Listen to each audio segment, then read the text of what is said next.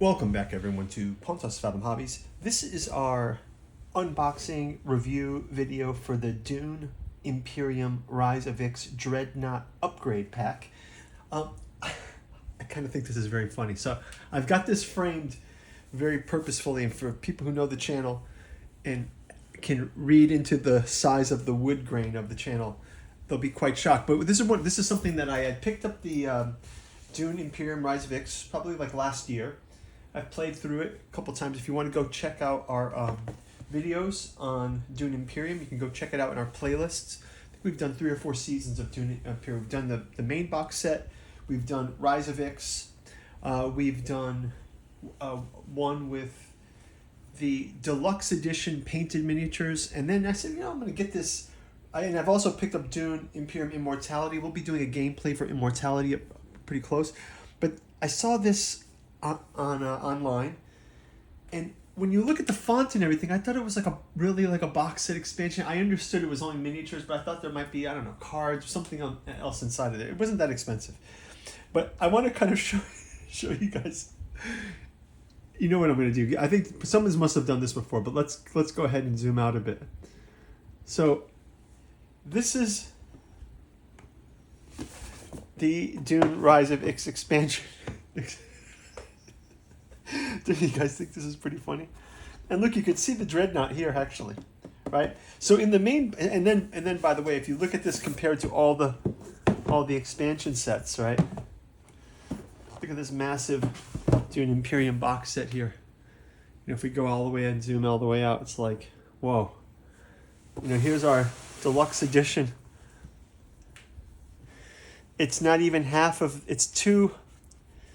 If you look at the width of the Dune Imperium box set, it's two widths, right? So anyway, let's just kind of take a look at it. Let's see if there's something we can ascertain from it in the back. Is this official product, or is this somebody messing with us? But yeah, anyway, I still like it.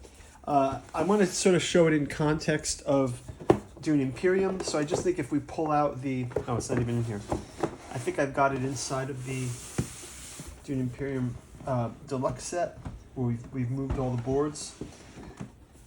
Inside here we've got the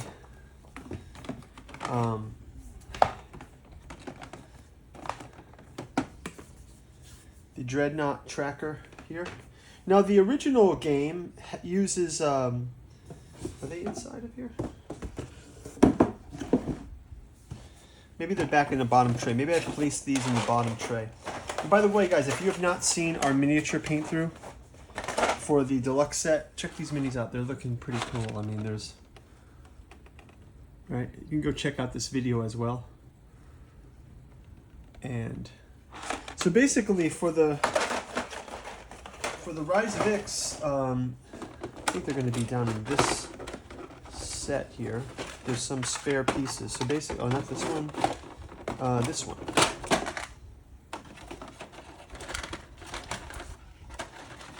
This is where we keep all the spare pieces down below. It's basically just these kind of pieces are used as the Dreadnaughts. I'm just going to show you, like, this is the Dreadnaughts, what we're replacing. So we've got just these meeple wooden pieces, right? And instead now we're going to get the pieces that are inside of this expansion set. So let's imagine for a moment that we've got this set up on the main board. We'll kind of go into the box here. And ta-da! We get 4 colored for the 4 factions.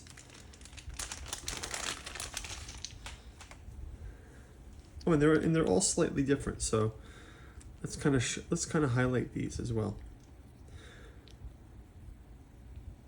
So first of all, just kind of show them up like this, and then what I'll do is I'll place them beside one of their. So for the Sardaukar Harkonnens, so here's our Harkonnens here. This is our Dreadnaught here. Can we see it?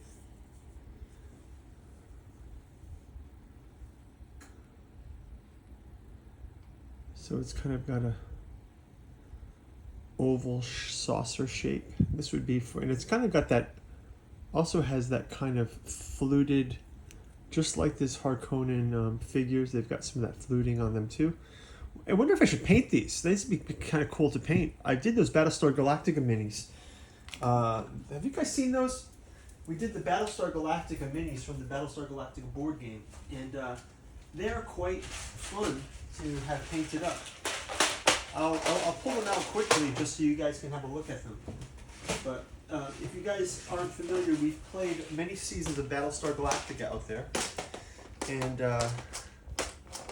yeah, here they are in this one. So these are even smaller than these Dreadnaughts, but we've managed to paint them. And look, if you check them out, right, you've got Vipers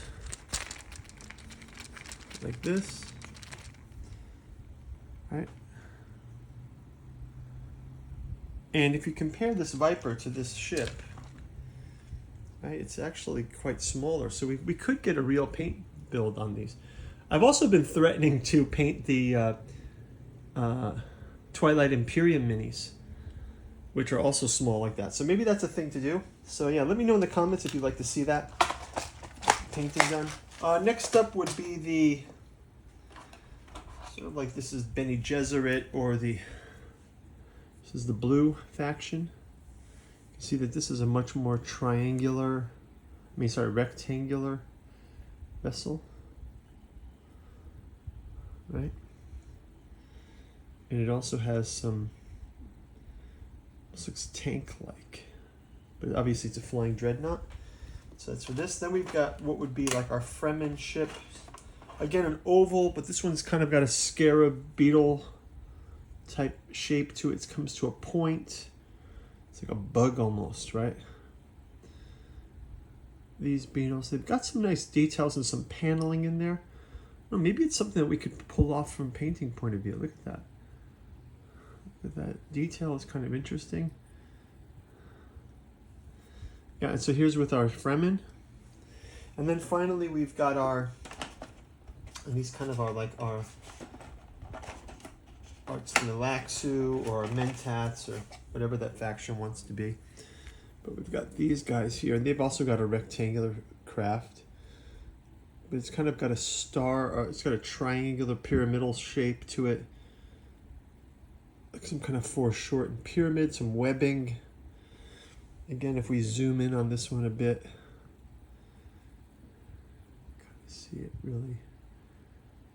really clearly. Let me zoom in on the other ones. Here's that Harkonnen one, side by side, in profile. Yeah, what do you guys think? Paint these? That might be fun to paint. And then the Fremen one as well.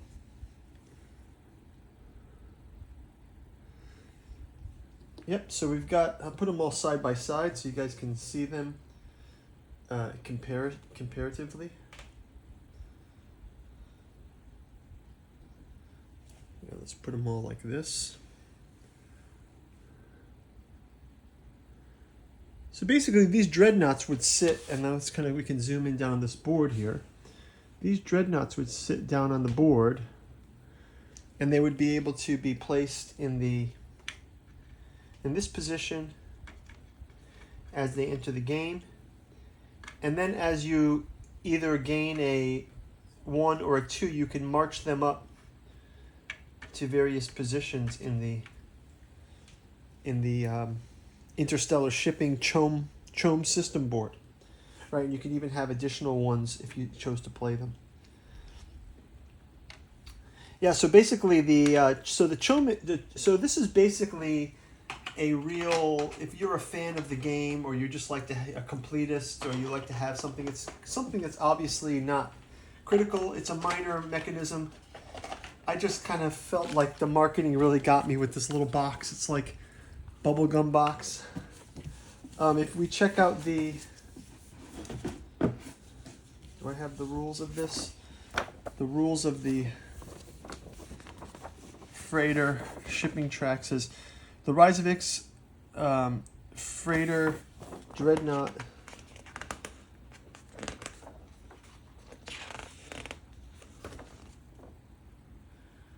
Oh no, these dreadnoughts are not used by this mechanism. These dreadnoughts are actually used on the main Dune board. Sorry about that. The dreadnoughts replace these pieces. These are the dreadnoughts. So I got this confused. So actually we're replacing this with this. Sorry about that, guys. This is the actual thing we're replacing it with, right? So the dreadnoughts are the yeah, so this is not for the shipping lanes. That still is the They're going to make an expansion for that. I don't know. But it says, so it's not the shipping track. It's actually the Dreadnought track. And if you check this out, it's, yeah, sorry about that, guys. If you look at the Rise of X rules, and you can see, although I suppose you could use the pieces any way you wanted to. I mean, technically it's not going to matter, but